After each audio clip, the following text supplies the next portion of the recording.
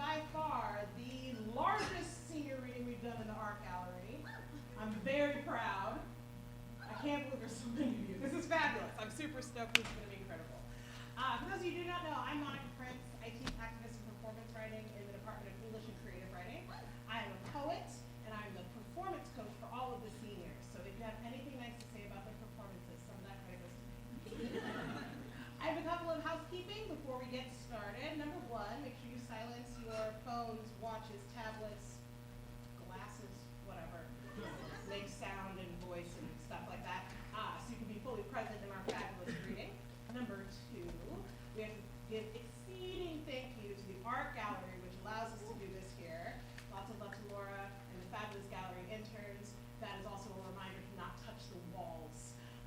These are our seniors in the art department. This is their senior show, so please be mindful if you're leaning on anything to make sure that you don't disrupt any of the stuff. Some of it is actually like bottles and stuff, so can't have any crashes in here. Number three, we have to say thank you to event management, IT, our fabulous literary arts interns, including Kate Tyler and Jasmine Durst, who are filming this tonight. And a huge thank you to all the other literary arts interns who made your fabulous bookmarks, of which I imagine there are none left. None left, is that right? Oh, there's a couple left. That's nice. So I hope you can grab one if you're able to. What else? Oh, tonight, after our fabulous senior reading, we will be announcing the winner of the Senior Portfolio Prize, which is officially named the Gary and Liz Fink Senior Portfolio Prize, which, for those of you who are not seniors yet, in the fall of your senior year, you get to submit a collection of multi-genre pieces.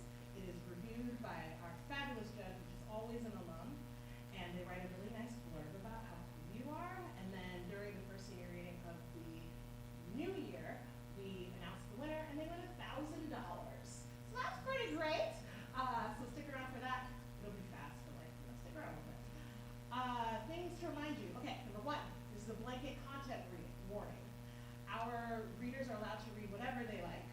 They may curse. They may mention suicide, sexual assault, violence, domestic violence, other forms of abuse and harm.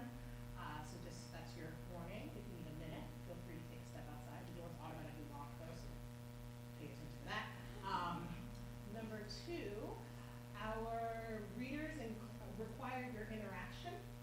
Okay? I don't know if you've ever been to a reading hosted by Monica, but it requires your interaction. So how this works is, if you like something, Slam, what do we do? That's right. Lots of clips, lots of snapping, lots of woo, and yes, and that's my baby, and church. All those good things, we love it. Jingling your keys also works. We love that one too. If you don't like something, keep it to yourself. We don't care. Feel free to laugh. Feel free to cry. Feel free to gasp and ooh and ah. Hey, all those feelings are very welcome to us. The more energy you give us, the more you give back to us. So I think that's everything. Oh no! This Saturday, thank you. This Saturday, our beloved Homer, who ran the DJ Ernst bookstore downtown, is he here? Yes, he's here!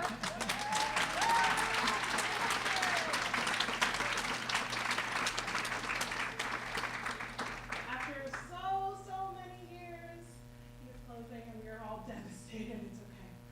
But there's going to be an auction of some of the fabulous books that you can find at that wonderful bookstore at the Freeburg Community Center on Saturday, March 29th at 9 a.m. I'm looking at Ellen. 9 a.m.? 28th. Oh my God. 28th. That's the Saturday. The 28th at 9 a.m. It's 9 a.m. Yes, it is. Okay, yeah, I got that part right. At 9 a.m. Feel free to go through, see all these fabulous books, give some love to Homer. We're very grateful for your very long partnership with the program. We're super grateful for you, so thank you so much. I think that's everyone. Oh, next week, sorry if you don't think. Next week, if you loved this, which you will, come back next Tuesday to see a bunch more seniors read. And when you love that, come back the following Tuesday to see more seniors read. And when you love that, come back the following Tuesday, not here, in Isaacs. Is it Isaacs or is it Stratansky? Making Public? Stratansky. Go to Stratansky and go see Making Public, which will see all of these fabulous people, by the way, soon, at been published in our on-campus literary journals, and go see who wins and awesomeness and joy and happiness. That is next week. All right. This reading works very simply. We have two co-hosts. We have Dr. Gordon Chick and Dr. Sean Ironman, who are going to introduce our wonderful readers. I'm super excited. Are you excited?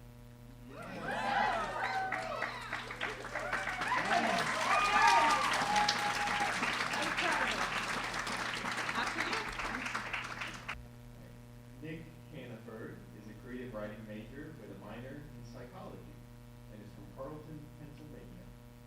In their time here at Susquehanna, they are most proud of their experimental short story, Decay's Caress, which, by the way, is a very creepy title, which is a compliment. Carla Kelsey says Nic Hannaford is stunningly imaginative and deeply smart. Mythmaker, their chapbook project for Carla's poetry course, captivated the class through its construction of a fantasy world seen through an outsider poet's eyes. Nic's attention to form, capacious vocabulary, and daring innovation are simply thrilling. Nic's advice for all the creative writers out there is to not give up. Even if it's hard and facing critique is discouraging, don't give up. Your stories are worth telling. Now let's welcome Nic so that we may hear some of their thrilling words.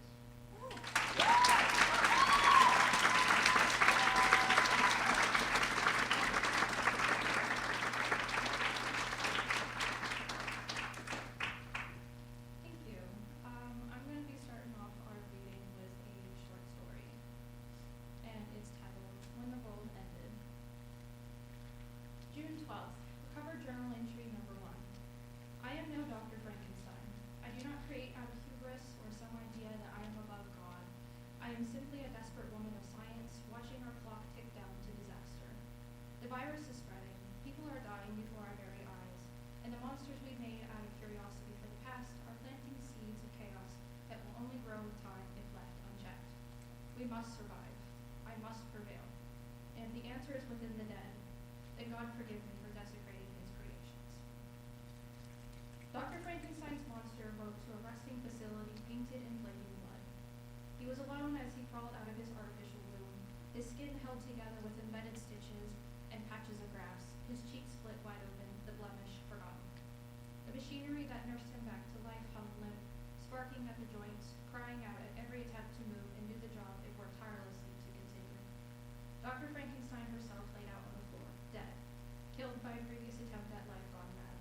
Its body formed a heaping mass over her lap, like a child finding comfort in its mother's presence. When the monster rotated his head, he took notice of the long line of bodies laid out within their rooms, not unlike his own, but not moved as he did. The first one contained more bone than flesh. A rotate to the opposite side revealed no more bodies beyond himself. His head fell back to stare up at his life-giver. Dead, just like the others, he was the last. June 26, journal entry number 2, speckled with red fingerprints. We did this. I've avoided eating, knowing that collecting specimens would empty my stomach, but I've still done nothing but heap up my disgust. We did this. The growing landfills of bodies are because of us. We should have listened to the funding rejection. Playing with unknown prehistorics trapped in glaciers sounded so fun and world-changing. Well, here we are, world-changed. I wonder if you're all dead. Bethany and George got caught in the initial breakout when our creations rampaged the lab. But what about the rest of you? Have you atoned for your sins? People are slowly dying because of us. The virus rots their insides, turns them into walking undead until it finally consumes them, and we released it. On accident, maybe, but it was us. I'm trying to right my wrongs, but I know what I've done. It'll never be erased, and that's fine. I only need to create a countermeasure. I will make one. I just need more bodies. I don't think I'll be eating today. Frankenstein's monster was found, standing alone in the monster-ravaged wasteland, wrapped in moth-eaten blankets and staring into nothingness. A group of survivors approached him as one would a feral kitten, licking tongues and offering food and shelter, then brought him to their home when he followed. They didn't yet know what he was, and he barely understood his undead self, but they named him family, accepted his oddities and not quite right behaviors, and he became one of their own. The monster didn't know he belonged there. Nothing and no one would match his existence. But it was the closest thing to a home he could afford as the only survivor of that life-giving machine. He would stay, for the moment, just until living made more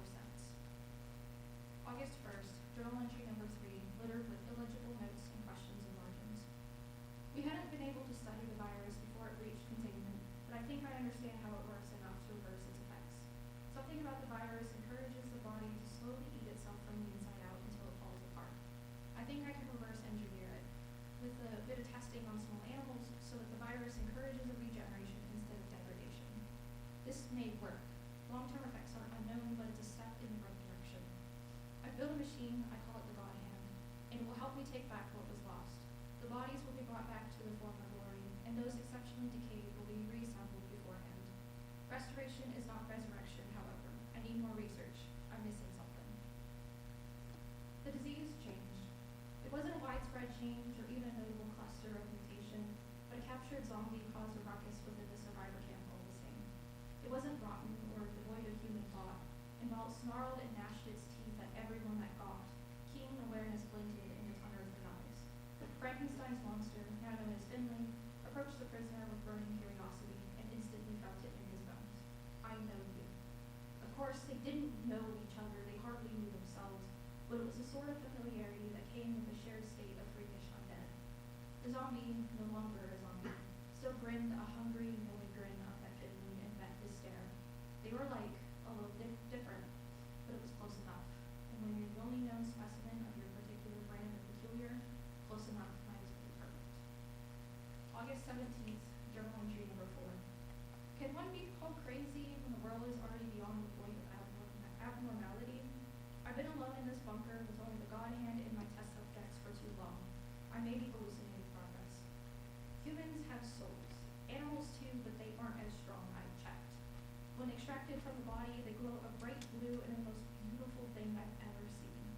It's a tedious process, and souls do not like being stolen. I've run out of aloe vera, but it doesn't matter. Souls are powerful, is what I'm trying to say. Beautiful and wonderful and everything I may need to fix this wrong we created. The monsters reproduce too quickly to kill with guns. My creations need something stronger. They need souls. They need life. And I have it right at my fingertips. It won't be easy, but I can try. If I can harness these souls, turn them into a concentrate that can be injected, I think I can. The rest is scribbled out, and beneath it reads, hope is futile. They called him Kaiju over dinner. Finley didn't understand what it meant in relation to him. He, of course, was familiar with the term. It conjured up too many memories of different TVs in different rooms, watching films featuring a laser-spitting lizard the size of skyscrapers. It didn't really make sense. He didn't spit out lasers, nor was he that tall, but he had no other explanations to give the people who stared at him and his strange power with hope and wonder and a tinge of fear. So he said yes, he was a kaiju, and allowed them to spin their stories as they ate. October 31st, journal entry number 5. Happy Halloween, there are zombies banging on my door. Resurrection and regeneration. Those are the keys to my success. Note, to the preservation of humanity, that's my goal. The God Hand is working, and soon my subjects will breathe again, alive and powerful. Perfect. My heart races already at the thought. I will raise an army. I can raise an army, and it will usher in hope in a better world, one untainted by the mistakes of arrogant fools. I'm sorry to everyone who has suffered. I will make this right. It will save and protect your future. The world was fucked. That's what the others said, wasn't it? As Finley sat on the cliff's edge and took in the view, his heart could do nothing but sink into dread. Everything was falling apart, and survivors couldn't hope to do more than weigh out their own ends. Finley had the power to fix it. He looked to his hands, calloused and stitched together, able to heal himself on a dime or kill others on sight. He could do it, but not on his own. There should have been more of him, more monsters of Frankenstein, more vessels of destruction. So why did he linger with the camp? Why did they let him stay? What was the point of keeping around a monster when its use was negligent? February 13th, final journal entry, listing. Failures, all of them, but there is still hope. The God Hand is learning, improving, and each spectacular failure sparks a blooming success. We're nearly there. I just need more bodies. My hands are already dirty and blood-soaked from everything I've done, but I still feel a stab in my heart when I rob these unmarked, undug graves. I console myself with the knowledge that they will be part of something greater. The last test took a breath before expiring in a brilliant blue hellfire. The soul concentrate is made physical, if volatile, and the virus is undoing death at a faster pace. I've almost done it. I will populate the world with my creations, and they will save us all, and I will sink into the depths of forgotten history where I belong. We must survive. We will survive. The voices of the dead used to create Finley whispered for him to join them, but the community he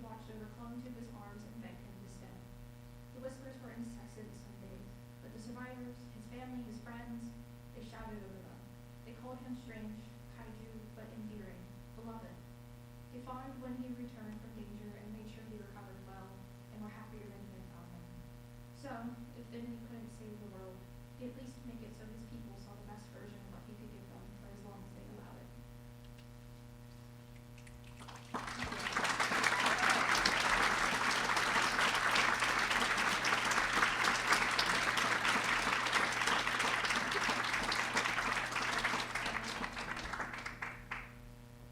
Good evening. Thanks for coming out tonight. It's a truly wonderful, inspiring sermon. Kathryn Douglas is a double major in publishing and editing and creative writing, with a minor in women and gender studies from Westchester, Pennsylvania. During her time at SU, she states she has grown significantly as a writer, especially in her ability to complete projects with confidence and consistency. She's particularly proud of her short story, Howl's Bitchin', a creative and unconventional tale, I think we're going to hear more about it later, centered on a cooking show run by, yes, Satan. Kat also credits her study abroad experiences life-changing, helping her clarify her goals and envision her future with greater purpose and direction. I taught Kathryn an intro to CNF, where she impressed me as funny, honest, and really smart on the page. Also worked with her to publicize the Summer Writers Workshop, where her hard work and creativity made a big difference. Dr. Zobo notes, quote, Kathryn Douglas is insightful, imaginative, and dedicated. In intermediate fiction, her work blended a sharp sense of humor with emotional depth. Her stories captured both the fantastical and the intimate, reimagining hell as a cooking show and tracing the quiet heartbreak of dissolving friendship. Professor Prince adds, Kathryn Douglas writes impeccable poetry with sharp wit and political energy, all in the pursuit of a better world for her future. Please welcome Kathryn Douglas.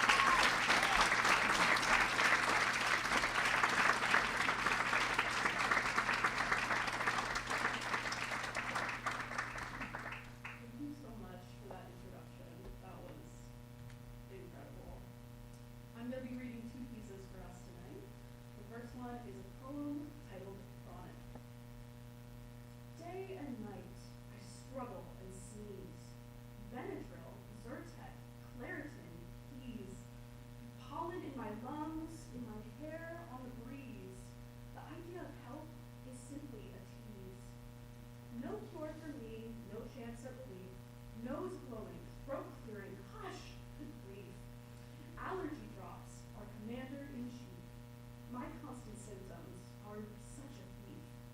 I dream of eating a plethora of fruit. Smoothies, salads, cakes, what a hoot. Nutrition facts, ingredients entirely moot. My diet would be healthy, nutrients taking root. If allergies didn't control my life, I'd explore the woods without fear of strife. Roll down hills without visiting the afterlife. No hives would pierce my skin like a knife. Someday I hope there will be a cure. I finally live, not simply endure. Try every fruit, veg, and more. Joy in my being, no longer impure. Thank you.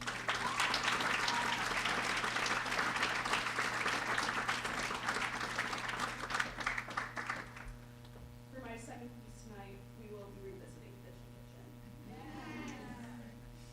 So, as Glenn told us, it is about a competitive cooking show where Satan and his friends Osiris and Hades are the hosts. And the reason it's not a dating show is because Satan is obsessed with competitive cooking shows from the human world, so he wanted to be the star of his own. So the scene I'm going to be reading is from near the end, and it's when they're about to announce the winner of the cooking show, and therefore Satan's heart. I have the honor of announcing the first ever winner of Fish and Kitchen. Satan said, beaming, you all did an exceptional job this entire season, especially with your desserts. We're all very impressed with the skill and creativity that you exhibited in every challenge. Satan made intentional eye contact with Doris, Brad, and Cassiani individually. Now, without further ado, the winner is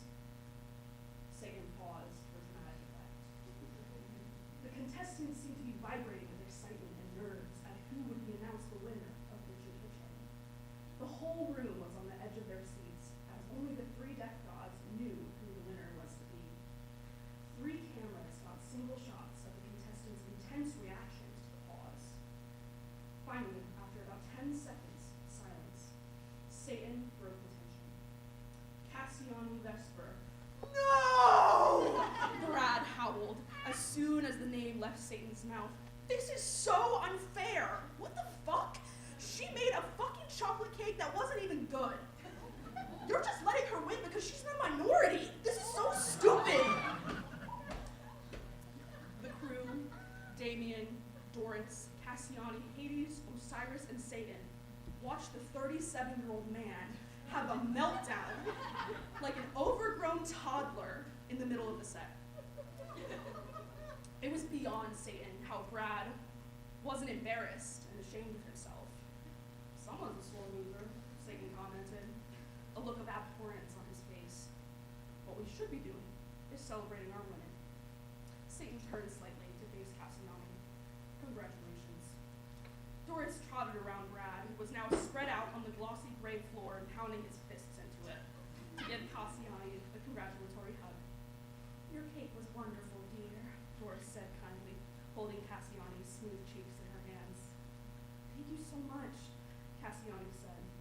It was all she could say. She'd done it. She'd won. She managed to beat 2 other amazing chefs, and all with a deceptively simple chocolate cake. Cassiani was prouder of herself than she'd ever been before. Not to sound greedy, Cassiani started when Satan approached her, but what did I actually win? Satan glowed with joy as he removed a tiny ruby-red velvet box from the pocket of his leather suit jacket. Cassiani's eyebrows knitted in confusion. The muscled death god got down on one knee and opened the box, revealing a dazzling silver ring embedded with onyx and diamonds. Cassiani whispered, Satan said gently, will you do me the tremendous honor of becoming my wife and queen of the underworld? Black, scarlet, and frost-white confetti rained down on Cassiani from the judges' stage. Osiris and Hades, hands emerging from their pockets repeatedly, were tossing confetti on them. Yay, love! Hades said, a final flick of his wrist sending confetti floating to the floor. This is the prize? Cassiani asked incredulously. Ew! Brad yelled, pointing at Satan kneeling. What would you have done if I'd won? Satan looked confused. I'd be doing what I'm doing right now? I don't understand. Yuck! Why would you propose to a man? That shit's nasty. Brad scoffed. Hades whipped out a small pride flag from one of the pockets.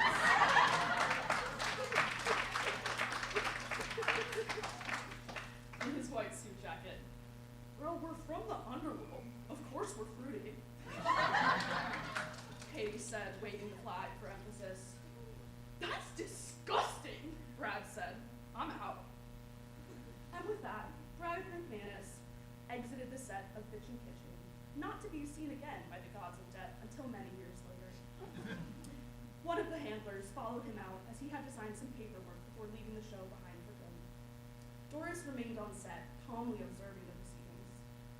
I'm not marrying you. Why would I ever marry an undead guy? Cassiani exclaimed. I'm actually immortal?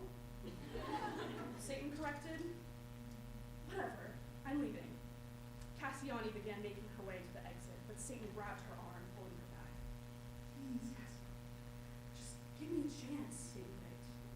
I know I'm the Prince of Darkness and seen as this horrible creature in upstairs culture, but I swear I'll treat you well. My beliefs are all about respecting oneself and not harming others, while having respect. The handsomely tanned and dark-haired man made careful eye contact with the woman before him. Please, Cassiani, I'm just asking you to think about it. Give me your answer tomorrow and I will respect whatever you choose. Cassiani heaved a huge sigh and gently detached Satan's hand from her arm. Okay, tomorrow I'll have my answer. Satan spun with relief. Thank you. See you in the morning, Cassiani said. She walked off set and out to the shuttle to return to the Gehenna Hotel. Cassiani Vesper had a choice to make. Thank you.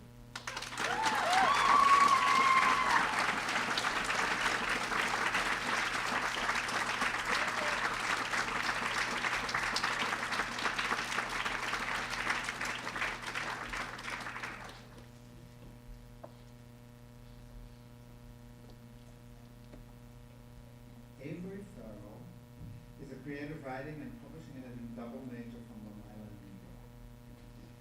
Since arriving on campus, she has grown from a self-described, shy student into a confident leader, winning roles in clubs and publications.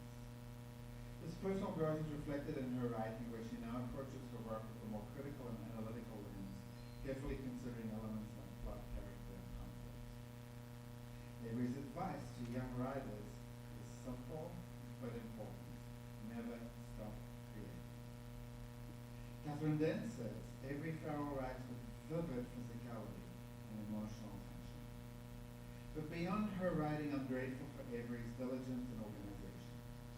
She has done wonderful work for the Writers Institute, partnering with Caitlin Strong to archive and index our vast collection of senior chapbooks. She's helping you all. Please welcome Avery.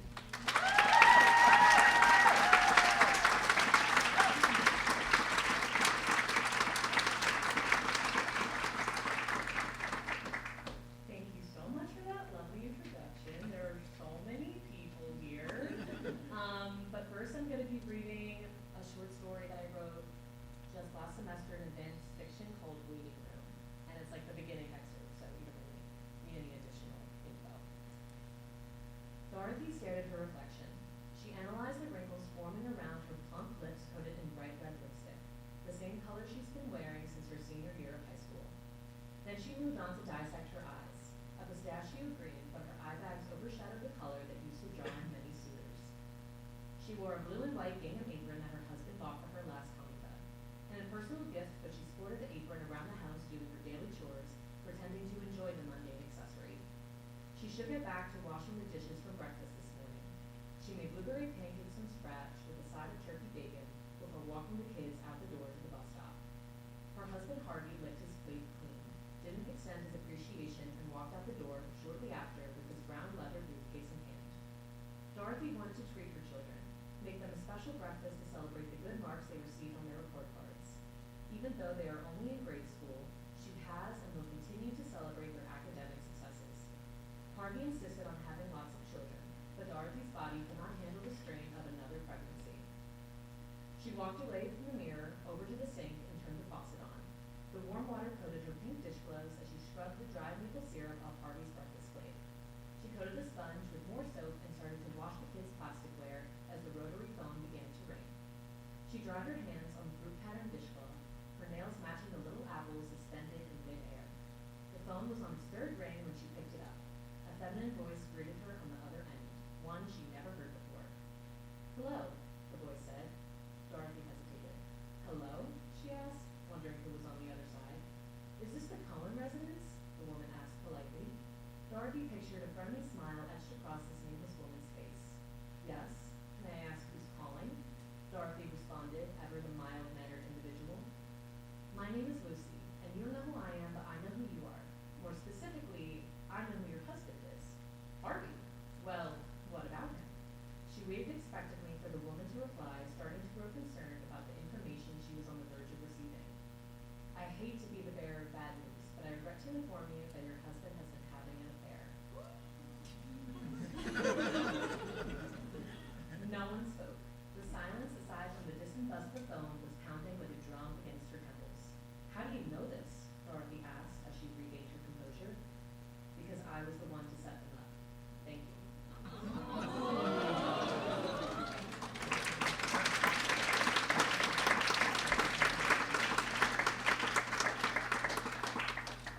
So the second piece I'm going to read tonight is titled "The Secrets Our Mothers Kept," which I wrote in intermediate fiction. It's about this girl, her name's Bridget. It's a braided situation where like it goes back and forth between like the now and the then, and we're in the now where Bridget is finding all of her grandmother's like old journals and photographs because she died. Anyway. Ever since Grandma died 2 months ago, Mom has put off cleaning out her childhood home. Grandma was born in the hospital down the road 78 years ago. She lived in this house with her parents and older sister until it was time for her to move out and make a life of her own. Years later, after she gave birth to Mom, she moved back into the little green cottage, keeping the quaint house in her family's name. I observed Mom's movements and internally questioned how long she's going to stand there gazing blankly at the barren wall directly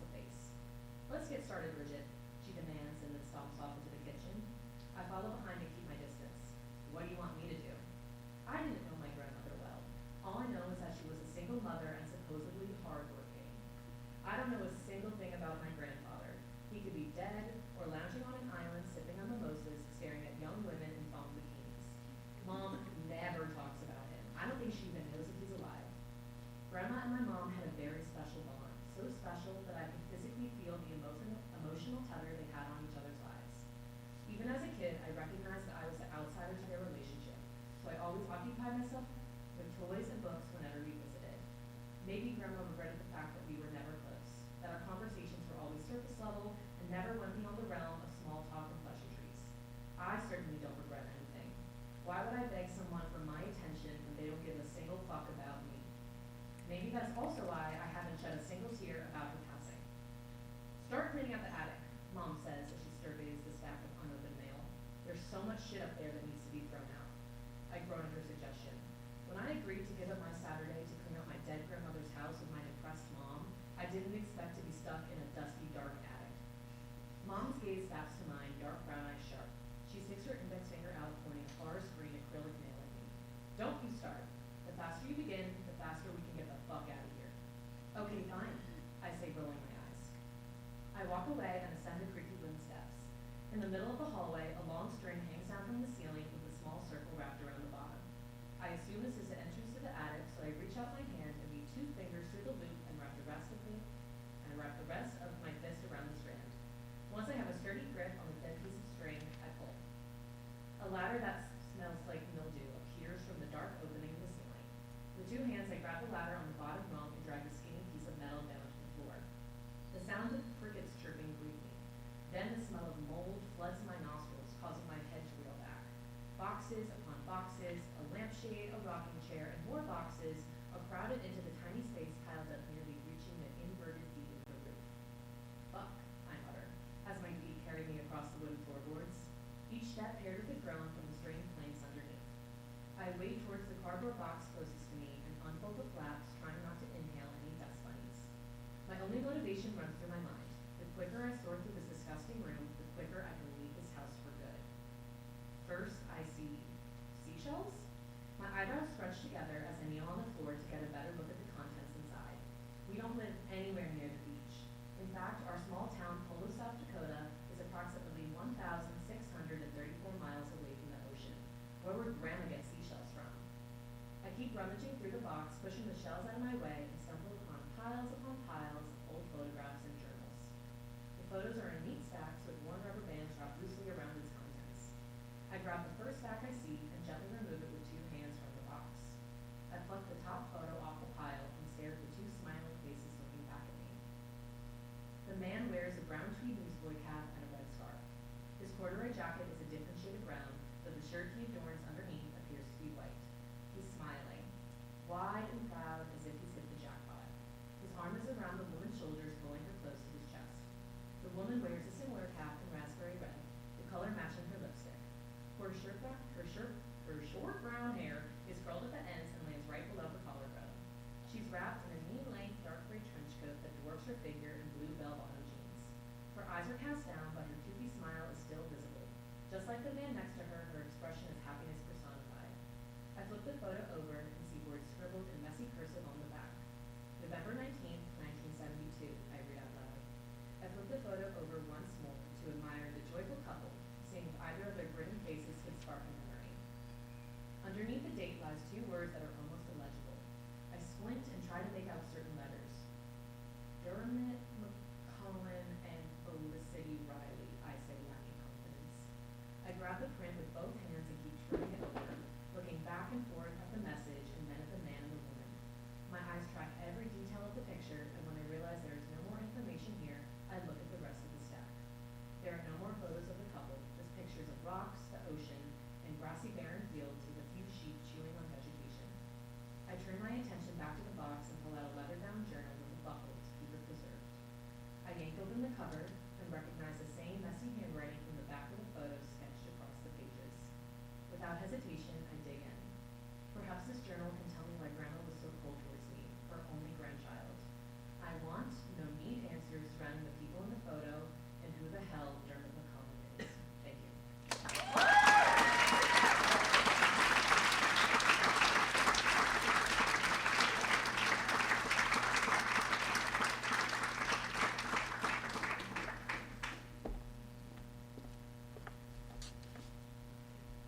Tyler Turner is a creative writing major with a publishing and editing minor and is from Williamsport, Pennsylvania. In his time here on campus, Tyler is most proud of swapping majors from computer science to creative writing.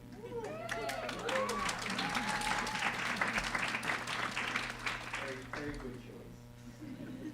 Since changing majors, his life has gone in a direction in which he is very grateful. His writing practice has changed for the better and is no longer merely a secondary interest. He now recognizes his writing practice as a core part of who he is. It seems we should all be grateful as well. As Kathryn Douglas says, Tyler engages the enigmatic. His fiction featured portrayals of a family in crisis and leaned into what it means to be haunted or cursed. Tyler's advice for young writers is not to compare yourself to others and that you are a better writer than you think you are.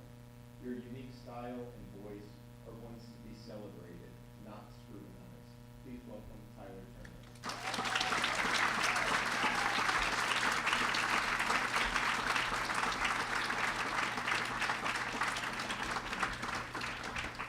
More than I thought it was gonna be. Just looking at it now, it's kind of crazy. So, hi, I'm Tyler. I wrote this piece about 3 years ago now, actually. It was my first real attempt at a flash fiction piece. I did it in my fiction class with Dr. Ben. Actually told me that I tend to write in a little overly animated style, you could say. A bit, so I wrote this one to be a counter to that. I don't write it as improper the voice as possible. Stuff that makes sense. Yes, you're okay, Tyler? Fantastic. Okay. So this is what comes after. Johnny didn't like batting leadoff, but had to, since he's bothering with the coach and he had to lead by example. Sammy and Hugo batted second and third, but didn't care one bit. They saw hard young potential as a fighter prize in taking the first pitch. Watch until the first strike, Johnny's dad signed to the third baseline. He didn't trust his son to make contact with the ball, so he picked him taking the first walk of the game instead, taking advantage of the boy's nerves on the mound. This time around, the kid's resolve was hard. This time around, the boy's resolve was harder. The oak fight was pretty easy. It took Johnny in a 1-3 count. Johnny's fist was wider than home plate. We caught his father's eye on his walking chain after the dugout. No good poser, I thought. Comfortable in my spot at seventh in the order. Great early contact with the ball. He back along the rest of us. Beginning the game on a strikeout with a sour note. Johnny took his own life his first year at university. Well, after my years playing ball with him were over. I heard from my granddad when news was that broke its way in my household over Sunday dinner. He couldn't cut it, he said. Team didn't take him. Too scared to face his dad about it. Fear does that to a kid. Fear didn't affect Sammy or Hugo that day. They put wood on the ball real nice and open for the first couple of hits of the game. Hugo was a fast one, and he wasn't the least bit scared of showing it on or off the field. After practice, he went through a ball in a cop car and outran it by hopping a fence into a neighbor's yard. He took it Sammy for an RBI for the first point scored at the top of the first. He heckled and roused the pitcher for his lousy changeup, accepting comebacks from third with arrogant grace. Truth was, Hugo did it for a reason, and he was already taking down the third baseline towards home before the ball even fully left the pitcher's hand. It crashed into the backstop well over the batter's head. Hugo rattled him. Still is the only time I've seen a boy steal home plate. Last I heard of Hugo was caught on the wrong end of a shooting on the corner of Maple Street 2 weeks before summer ball began. Probably in some stupid shit, my granddad told me. He wasn't apathetic, man. Granddad asked, was he a friend of yours? And I said no. I didn't talk to him much off the field. Good, he said. Don't want to see you mixed up with folks like that. Riley didn't play much since he was a heavy boy and would close his eye whenever a ball was sent his way. He proved his worth in other ways, like being the only boy on the team to count past the first 4 digits of pi and being always willing to grab your pack of seeds from the snack stand if you only asked. I think he loved being needed, at least for a moment. He squatted behind a chain link prison of the dugout, watching the boys have their fun.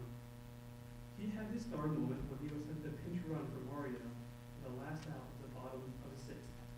Mario had a gifted arm, able to gun down the stealer from home plate to second on a dead line that made shortstop's glove pop like a shotgun blast.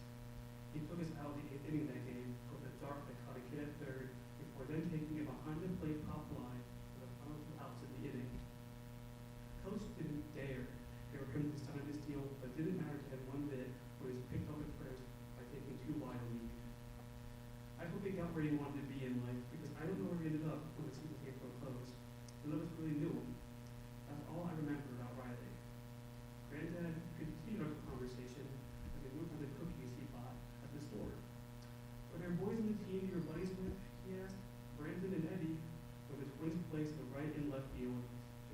her bike down to the corner store after practice to grab packs of gum and sneak a can of chew. They batted 5th and 6th and would rotate spots in the lineup every game. Eddie was a better batter, though Brandon would never admit it, and Eddie wouldn't say it because he knew it caused a fight. Do you keep up with them? Brandon asked me, and at the time the truth was no. Life moves on from the game. Brandon and Eddie went off to military, out of school, and most have not heard from them since. Richie took us to the 7th inning stretch, pitching a hell of a game and not stopping when Coach had concerns for his elbow's health. Steal Richie, we chant, from the infield before he fell to the motion. Richie had more big games to win that day, a revelation made when the stretch came around and no boy was able to put one on his ball. The streak continued when he closed the inning and excused himself in the bathroom. He didn't know it then, but I found him along the corner, clutching his elbow and trying hard to keep the stream of tears from flowing. Just nerves, I told myself, and it was a lie I wanted to believe. Richie blew his arm the following inning and hadn't touched the ball since. Sammy went in as a sub after that. I find Richie embarrassed sometimes. I could go pro, he tells me. Ball was all he knew as a boy, and there was the one thing he had to lose. Part of the story he leaves out was the pitch following his untimely injury, when a lazy fastball planted itself right on the sweet spot of an Avery Farrell slugger, sending a deep shot to right field, Brandon's territory. The ball bounced off the net of his glove, tumbling unceremoniously over the fence. No boy wondered who the better twin was that day. He must have taken it to heart, that failure. Eddie and Brandon's bond grew rough when he left the military, and as I know it, I'm no longer speaking. The fun of the night came around, we were tied 2 up and taking the field. Richie's arm was no good. He was taken to the hospital by his mama in the back of the minivan. Sam was going to have a hell of a hard time following that up, Riley said to me as I go. I didn't respond to Riley because as far as I knew, he was the weird one. I didn't want people thinking we were mixed up somehow. Sammy wasn't a starting pitcher. He only saw time in the mound when Richie missed the game with pneumonia. He had a hell of a swing though, Sammy. His swing was so good, he dedicated his life to doing with a sledgehammer, turning big rocks into little rocks in the coal mine outside town. That Sammy boy had a good head on his shoulders, Brandon told me, put him out for cookies, went into work with his daddy before him. Maybe he put as much work in his ball hole as he did his swing, would have put down those 3 boys in 9 pitches. Instead, first kid put a splitter over the fence in deep field, for deep left field for 2 runs. You held up that anyways, said Tuco, kicking dirt over this kid he just back to the third baseline. It was more hours than theirs. Once the game ended, we lined up in 2 single file lines, team facing team, boy facing boy, and went down the line foaming the fist of each person we came across. Always spent too much time playing those games, and Dad told me when dinner finished. Should have focused on what really mattered. Maybe he was right. The game isn't what prepares for life thereafter. Us boys only knew the sound of no spikes on concrete on our floors, and the taste of stale dirt in our mouths after a slide to a stolen base. Life moves on after the game. At least for now, we lined up with every team, with smiles and tears, shaking hands and pumping fists, while the white lights beat down on the field, overpowered this Friday night, bathing that moment in a warm light of nostalgia. For now, we stay and enjoy sportsmanship, one man after the other. Good game, good game, good game.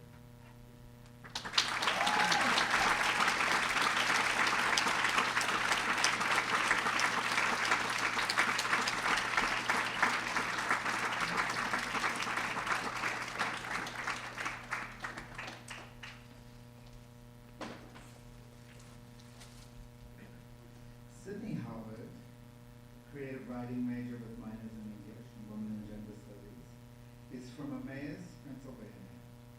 During her time on campus, she has embraced new creative challenges, pushing beyond the limits she once set for herself and exploring genres she never expected to pursue. She was not specific about which genres those were, but here comes a clue, I think.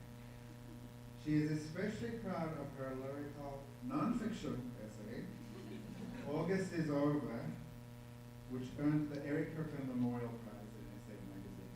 Justifiably proud, it's a beautiful piece.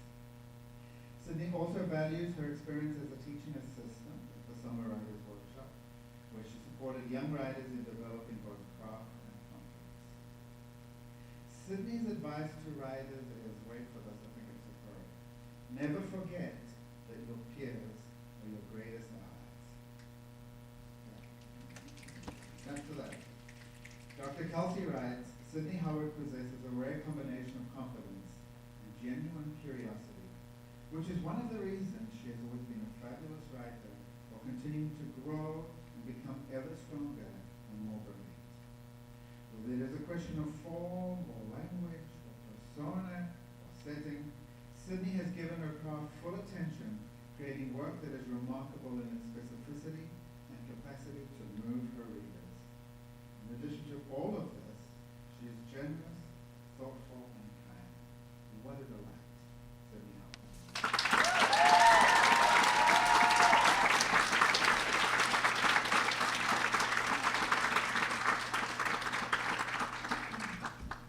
Hi everyone, thank you for that introduction. Thank you for being here tonight. I'll be reading you two poems today and an excerpt of an essay. My first poem I wrote in my sophomore year in Dr. Kelsey's intro poetry class. You'll find that most of my poetry has derived from a period of my writing journey where Dr. Kelsey has been my professor. And this is one of the first poems where I experimented with form and with sound. And this piece has also previously appeared in Sanctuary magazine. So please enjoy it.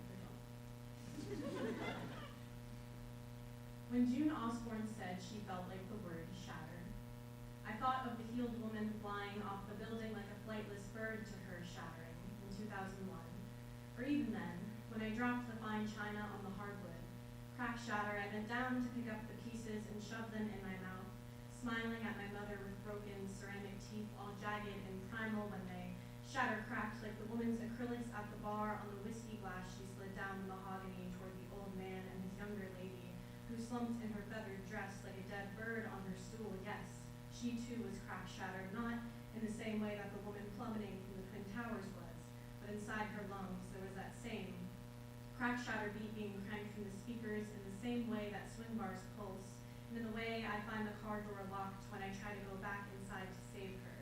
But car tires are restless, and that they crack and shatter everything below them, like the woman sailing toward the earth, fatal and serendipitous, and how she must have shattered long before her flight, long before her fall, and long before me.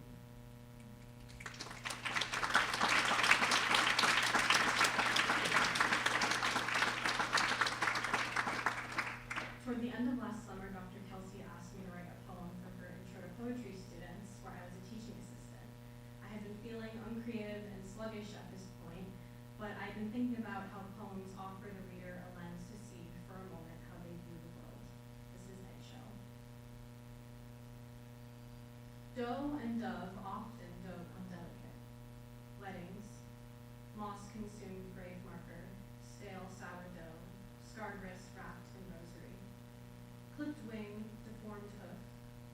Losing Septembers to the hunting rifle or magician's hat. Dancing delicate legs across solid yellow lines, headlights, always too bright. Closed eyes. Harmony of horn and scream. Break out of the egg to suffocate in a 5-tiered vanilla mascarpone cake, sweet at first. Then breathe into the ether of smog and fly. Fly with no experience into a bigger winged predator who performs what it inherited. Hunger. Subservient, no. Just routine. Death on doe and dove are not delicate. Injured but capable.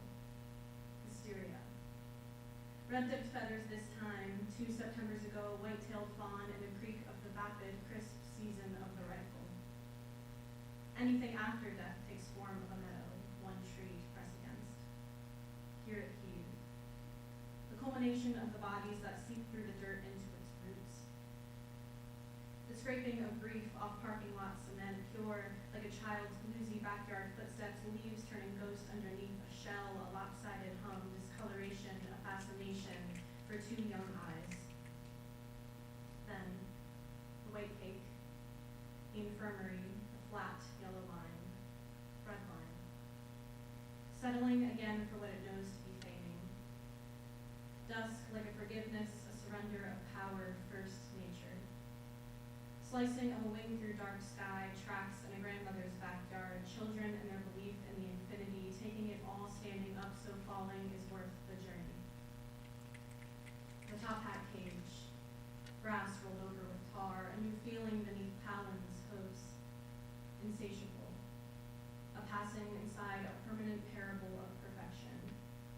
two delicates lay to rest in the green hand of one mother.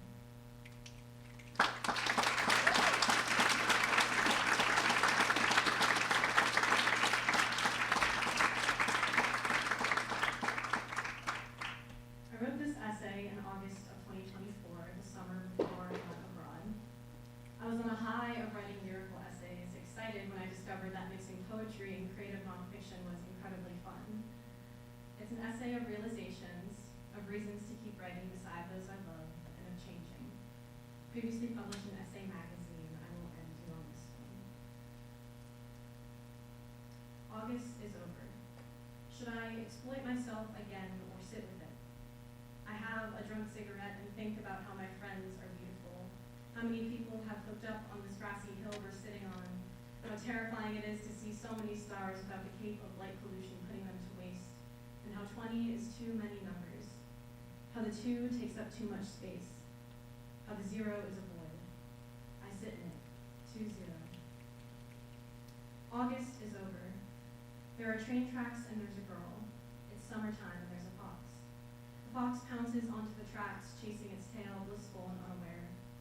The girl is already a pile of bones next to the tracks where she was killed, flowers sticking through where her flesh fell off and sunk back into the world. The fox doesn't care. It takes her femur back to its fellow fox lover as a gift. Nobody goes near the tracks again. I want my body to be a gift like this. August is over. Stories make me want to live, and I fight the urge to let autocorrect win. Fix this piece of work into something digestible in someone else's stomach acid. Maybe I already did that here, and maybe you can tell. They wrote the Bible without autocorrect, and that's impressive. I sit in silence for hours when I think of how Mary's womb was also a grave, and what music she would like listening to on her drive home from work. August is over. I find out why I want to be a writer. When I look into the crowd after reading at a vigil, I see the sunset on each person's face. I see their tears, and they are so beautiful. I readjust the microphone and sit back on my bench, bow my head toward my flameless candle, and listen to the stories of others, and feel warm, despite the sun shrinking down and down. I hug a man who says my words make me feel seen in a way he never has before. I don't cry then, but I cry later in the silence of my bedroom when my roommate steps out. This is why I want to write. August is over. I want this to be something so beautiful, something you quote listlessly and whisper to your friend or lover. I would bleed into every word to make it live in someone else's life. I don't like adverbs, and I just wrote one. Did you catch it? I learned from a friend that you shouldn't use too many adverbs. I'm writing this in my notes app, and it doesn't feel beautiful or listless, and the adverbs are taunting me from the prediction bar. August is over. Should I exploit myself again or sit with you? I think about how I would make myself sick to make you feel better, and on the contrary, I would turn my car back around and drive back to you, even though I just came from that direction 2 hours ago. The girl on the train tracks is my 11-year-old self. The fox uses her body for something other than its flesh, and I keep writing this because I find comfort in the thought of changing. August is over. Each time I found Orion's belt on the hill, it feels closer. With each hit I take, I'm farther. Each time, my friends are more beautiful, and we are more lost, and I am more and more and more. Thank you.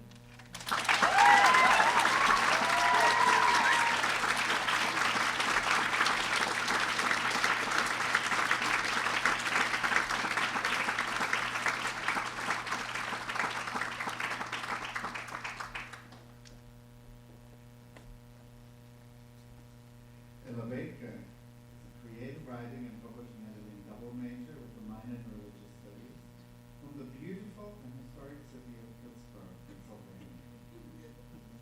During her time on campus, she has taken pride in building meaningful communities, particularly through her involvement in the Shakespeare Club. Othello next week, something like that? King Lear. Oh, King Lear, sorry. Another one of those. As a writer, Ella values growth and challenge. She has developed a stronger appreciation for critique as opposed to praise, and feels more confident sharing early drafts and workshops. She's She's especially proud of her piece, Doomsday Dancing, which marked a turning point in her creative confidence. I've taught Ella in a number of classes, and here I've experienced her as an elegant presence, and both of you who know her will probably agree with me, on the page and beyond. As a teaching assistant in Intro to Creative Nonfiction, she radiated kind, honest intelligence. As a student in that same class, she submitted some of the most compelling and original lyric essays I've ever received. She's a force of nature with the talent, drive, and intelligence to make a mark on the world. Have a great day.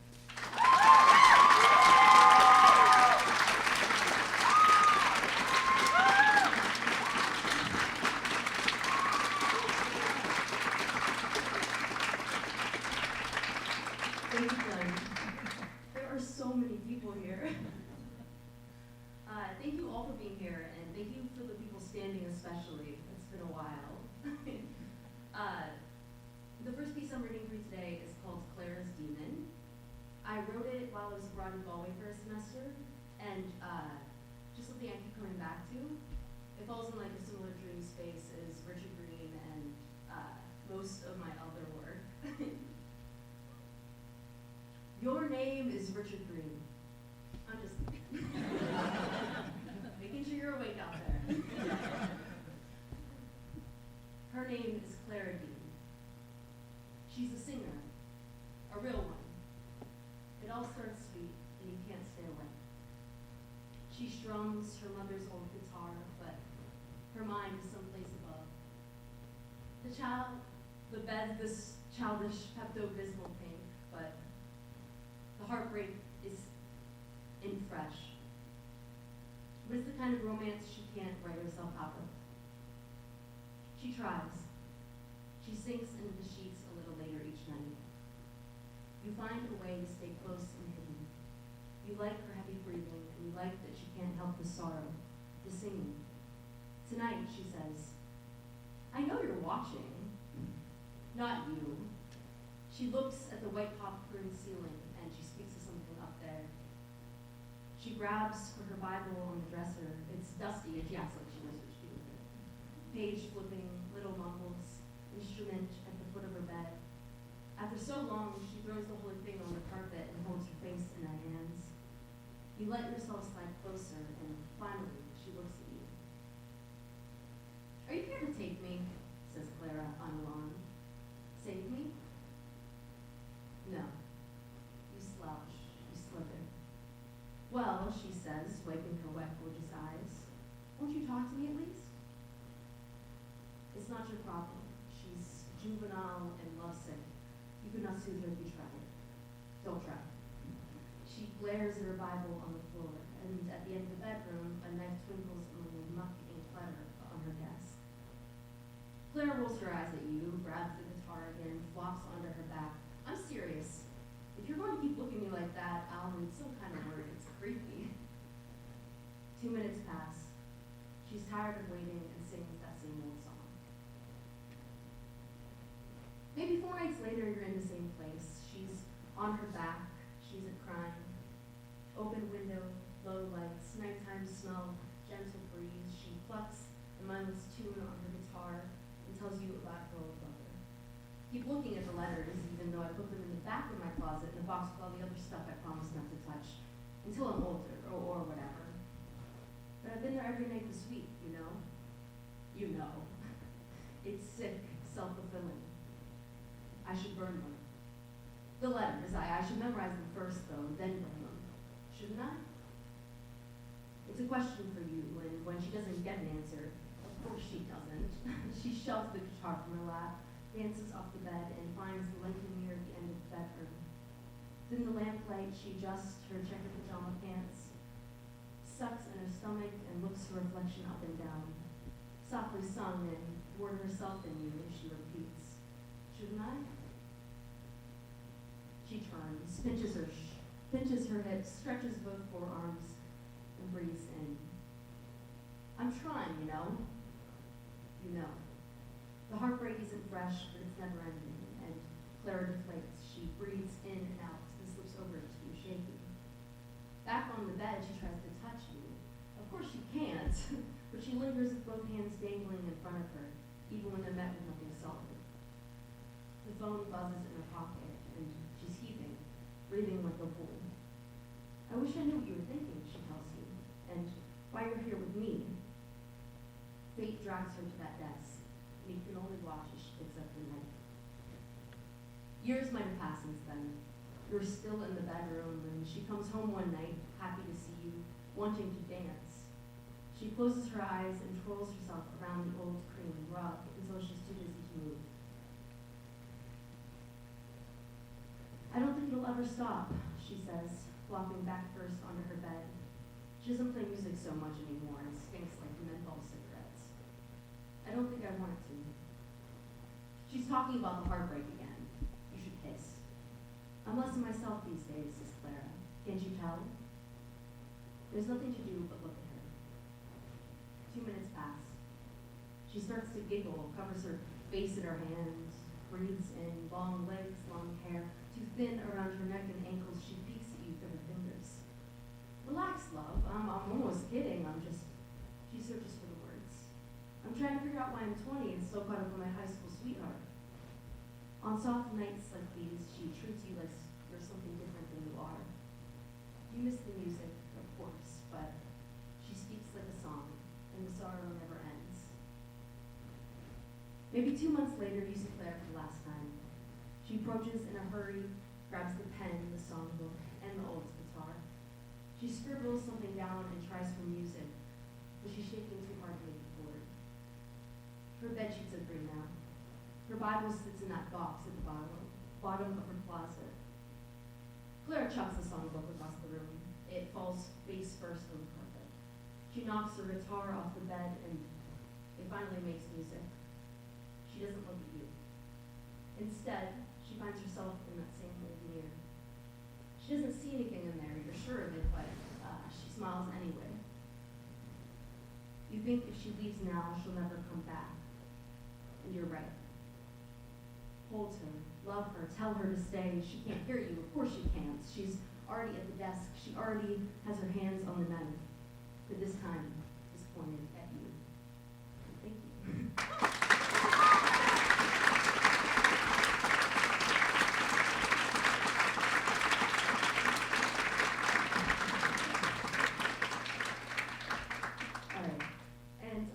The last piece I have for you is called 11 Epilogues of. I'm reading 2 sections of the 11, and I wrote this in my, the spring of my freshman year when I was in Glenn's intro class. And it's a little rough around the edges, but I resisted editing it too much because I think it captures this reckless, intense, obsessiveness that I'm going to try to get back. So, here it is. 1. I want to be a musician, a composer, and expert in every single division of history. I want to know the past eras as well as I know how to be touched. I want to read every book that's ever been written, enough times over that I have them all memorized, and I want to be famous, published, humble. I want to know all about the things in the ocean. And I want to be able to name every single kind of cloud and dinosaur. I want to sing. I want to speak every language, and I want to speak each one of them well. I want to knit a hat or a scarf. I want everyone to love me. I want to be pretty, intelligent, and kind, selfless. I want to stay awake for days, over days. I want to cut off all my hair and paint my nails a very dark green. I want to run across sunsets. Sand caked in the cracks of my heels, water sloshing in my calves. I want to speak beautifully every time I open my mouth, and I want to love the sound of my voice as much as I love yours. I want to know what will happen to me if my heart stops. I want to know for certain that everyone I've met will remember my name. I want to love my teeth, my skin, my eyes, my ankles. Sorry, I'll stop. I'm only overwhelmed, flocking from dream to dream. I can't play the violin without wishing I could also play the cello, the piano, the bassoon. Call me ambitious. Call me young. Ask me what I like to do, and I'll tell you that somebody croaks over every other second. I'll tell you that I always spend a fraction of my time awake. There are colors that only an insect can make sense of, and I'll never be 17 again. 2. On my walk back from the library, I peep to the right. Not another soul bears this quick evening air. Somebody told me years ago that they love you the same way that they love to write, helplessly, and despite the goddamn odds. I never really stopped thinking about it. The moon is full, and it once caught on the thing. Is that how it always looks? I can see its craters, that little gray sun, so large to us and so necessary. I want to write a poem about it, but I think there are already so many poems about the moon. Thank you.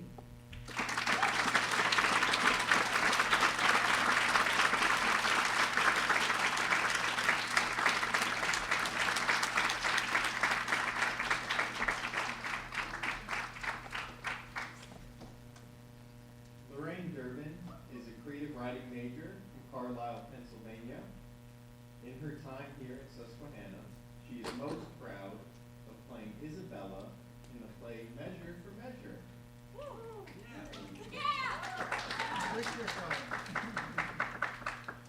She is also proud of her novel based on interviews with 11 former child actors. Over the past few years, her approach to creative nonfiction has evolved greatly. She came in believing that creative nonfiction had to be 100% factual, no matter what. This is starting to worry me. Yet, she now recognizes the art of blurring and how to convey the true message beneath the facts. Glenn Retief says, Lorraine is whip smart, funny, and lively on the page. Reading her final project in forms of multimodal memoir, I felt I was sitting next to her, listening to her crazy friends joking and sparring. As we near the end of the semester, I know there are many of us equal parts excited and worried about the future of our graduating writers. Those graduating will soon head out there in the world in hopes of achieving their writerly dreams. None of us, not even we professors, can know what will happen, who will go on to write, who will go on to publish, who will go on to succeed with those writerly dreams. As a teacher, I found I still worry about those wonderfully talented writers, the writers who amaze us in workshop with every word they write. But I found that there is one type of student you don't have to worry about, the students who do the work, who go out of their way to do the work. Last semester, in our nonfiction workshop, seconds after I made our third round of workshop optional, and I do mean seconds, Lorraine not only signed up for that optional third workshop, but quickly took it upon herself to create a new spot on the schedule, a spot not originally meant for workshop, where she added her name so she could get a fourth essay critique. Lorraine is one of those students we don't have to worry about. Lorraine Durbin.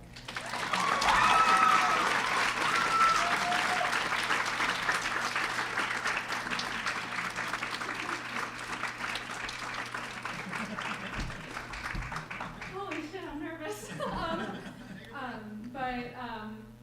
Was not expecting that introduction. I get away with so much in his class, so thank you, Iron Man, for that. Yeah, thank you guys so much for being here. Like all of you coming just to hear all of us, it's absolutely incredible. So yeah, I'm Lorraine, and I will be reading 3 pieces for you this evening, each of which I feel really represents my journey through creative writing. But first, I would like to thank some people, including my family. I know my dad wanted me to go into cybersecurity, but somehow he is still supporting me in a creative writing degree. So thank you, Dad. Thank you, my sister, all my friends who are here, and my boyfriend. And yeah, this first poem is the first poem I ever wrote and put up for a workshop all the way back in my freshman year of college when I was still in Vermont, of all places. But this is a response to Shakespeare's Much Ado About Nothing. It is from the perspective of Hero, who is the ingenue, to her fiance, Claudio, who, on their wedding day, on the altar, he falsely accused her of cheating. So this is war. Claudio,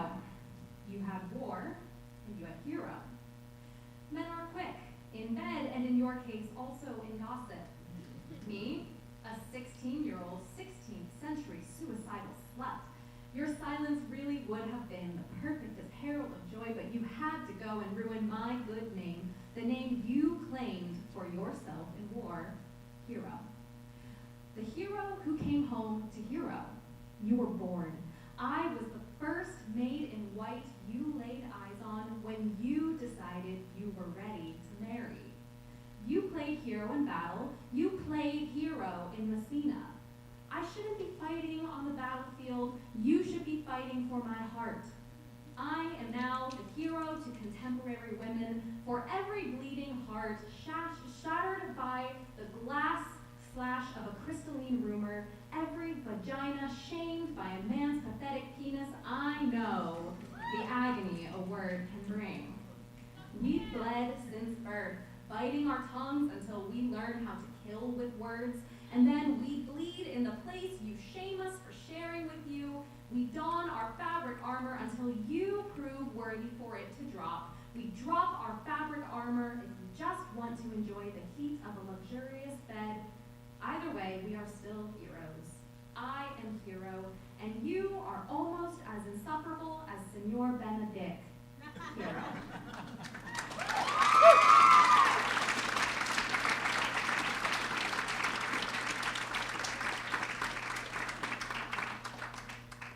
This next piece is flash fiction, and it was recently published in Argyle Literary Magazine. It was a piece I wrote a couple semesters ago, just written in my notebook one day. I thought it was nothing, then I read it for my class, and everyone loved it, so this is what it goes. The first day men began womenstruating, they thought they were dying. Of course, blood coming out of a penis would be surprising. Around the world, husbands shouted for their wives and showed them the mess. Their wives laughed because any woman knows the difference between common blood and period blood. They sat their husbands down and explained that this was a natural part of human life, that they were officially men. They started their periods. When broken the news, wives, whom most were menstruating, went out to the drugstore to grab manhoods, cotton condoms used to collect blood from the penis. Wives clutched their uteruses but walked with their cramps right past the pack of 6 tampons for $20 and towards the bin of manhoods. A sign said, "Take what you need." They grabbed a handful, forked over $20 for their tampons, and returned home to find their husbands on the phone. "No, I won't be in this week. Womenstruation." The next day, wives returned home from work to a check in the mail, paid womenstruation leave. Their husbands cried out in pain while the wives microwaved the heating pad for them. None dared to protest because the husbands were ready to say, "But you're used to it."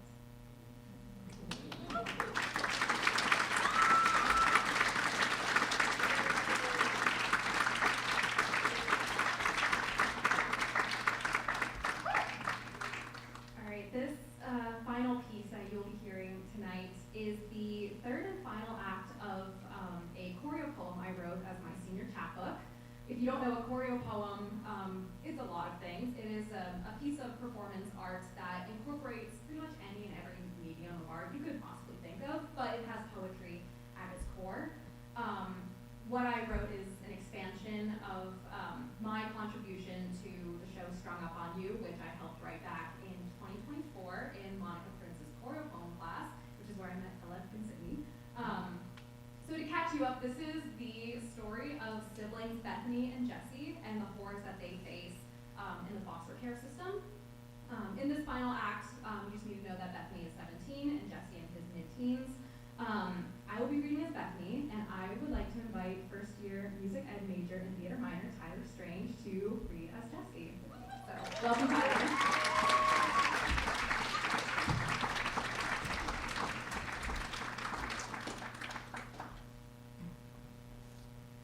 The Humphreys. I age out in a year, so best or worst for last. They look so similar. They could be Brother and sister. But we don't ask, we're just a paycheck. It's not a home. It's not even a house. It's a couple walls and a clogged toilet. But we have a pet. It's a rat. Named Timmy. It's a place to live, but I barely live there. I get sick from the weather. He gets sick from mold. My boyfriend's up and I don't remember how to spell integrity when he needs money. No one cares if I'm a limb or a girl. Escape is a hole punched in my wall, but a home is a home. But a home is a home. And we don't make it easy. I sneak out every night. I fail a geometry test. They're gonna kill me if they find out. I steal a cherry-flavored babe. I kiss a girl. They're gonna kill me if they find out. My best friend overdoses on cough syrup, 3 bottles, and I drive her to the hospital at midnight. I spill a smoothie in the Humphrey's car. They're gonna kill me if they find out. I sell drugs when I talk back to teacher. They're gonna kill me if they find out. They'll kill me, not forgive me. Hell is a foster kid, written to burn, chosen to suffer, abandoned to the litter. I'm pregnant. You what? But he's not looking for anything serious right now. Should have kept your legs shut. At least he didn't rape you. At least he's your boyfriend. You're the type. Of course this happened. It was only a matter of time. You had so much potential. You were such a good kid. You're not worth the gas money over state lines. Yes, it fucking sucks to be a girl. No, it wasn't the fucking skinny jeans. School is ruthless. Blessed Bethy will not marry, not a ring in sight. Out of wedlock sucked a cock, a woman of the night. Baby Bethy, oh so messy, gave her cunt away. She met a prick with a luring dick, get on your knees and pray. Bethany? What? I'm okay, Jesse. I'm taking care of it. Does he know? The kid's dad? No. Do you even know who? Jesus Christ, Jesse! Sorry. Is there anything I can? No. I'm figuring this out on my own. Why won't anyone stay?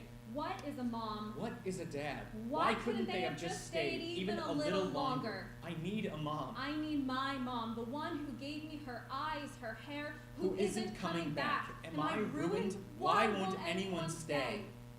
Are you okay? Get away from me. Are you okay? I said get away. Are you okay? I fucked it all up, didn't I? No, you didn't. Can you believe what we've been through?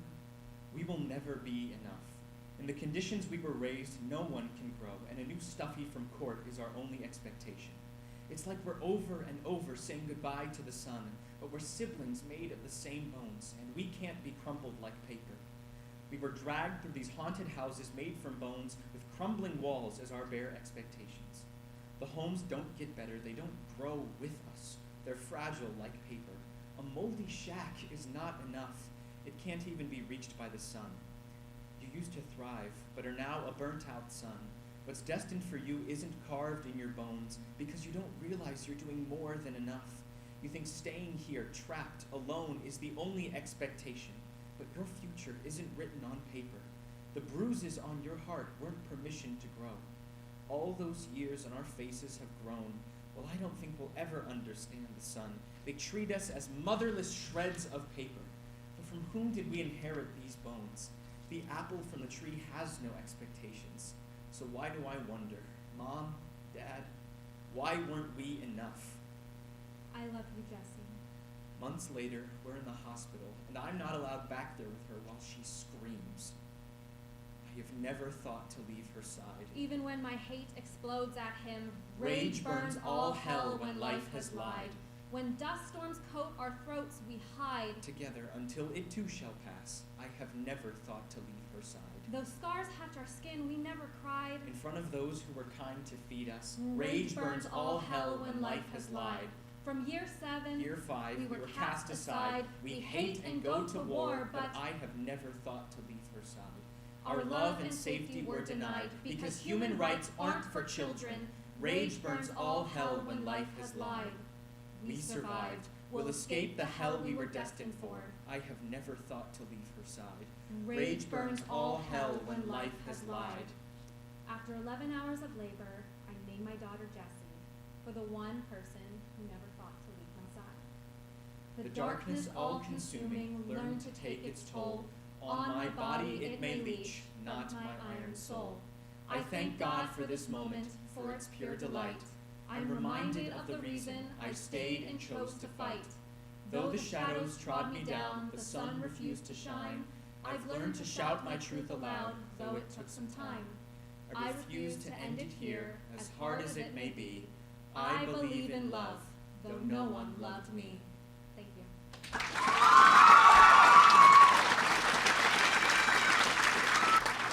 Keep it going, Darby!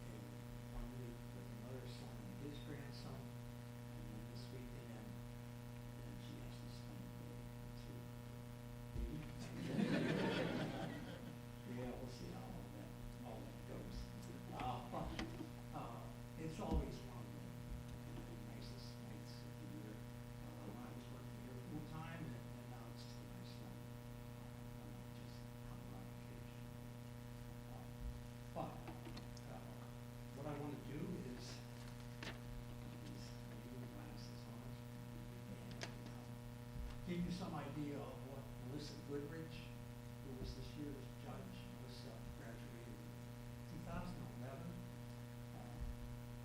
I'm trying to remember a good example, I think. I always have to tell a story. This is the first year we gave away this prize was 2010. The biggest crowd I ever saw here besides tonight was in November of that year. The ribbon cutting for the Writers Institute House. Glenn knows about that. Kathryn does. Silas does. Larry does. Who else is here that was around during that time? But we had a senior reading that night as well. There's a video. You can look it up on YouTube and see how I could talk probably a little louder and a little better in 2010 than I do in 2026. But the spring of that year was the first year we gave away this prize. And tonight, it's my pleasure of giving you Melissa's response to the winner of that award. Melissa Goodrich had this to say: honest, raw, wholly original. The writing in this portfolio uses the kinds of sentences that clench and unclench, that echo and stairwells, that crash again and again like a bird in a window. This writer has a masterful love of the second person, an intimate you that breaks through the surface like an almost drowning thing. Her writing is oxygenated. I could read hundreds of her stories and never get tired. It's my pleasure to give our prize to this year's winner, Ella Baker.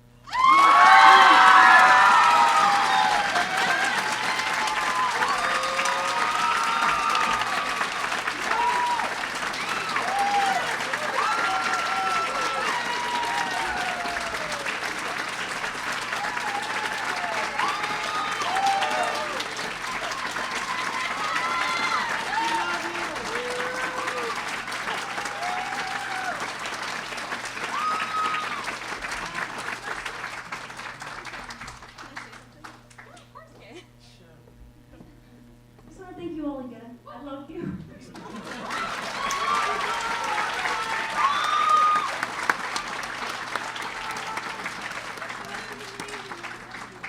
What a fabulous night. Way to make this a legendary event, team. If you loved what you saw, what you totally did, right? Yeah. So where are you going to be next Tuesday? Here.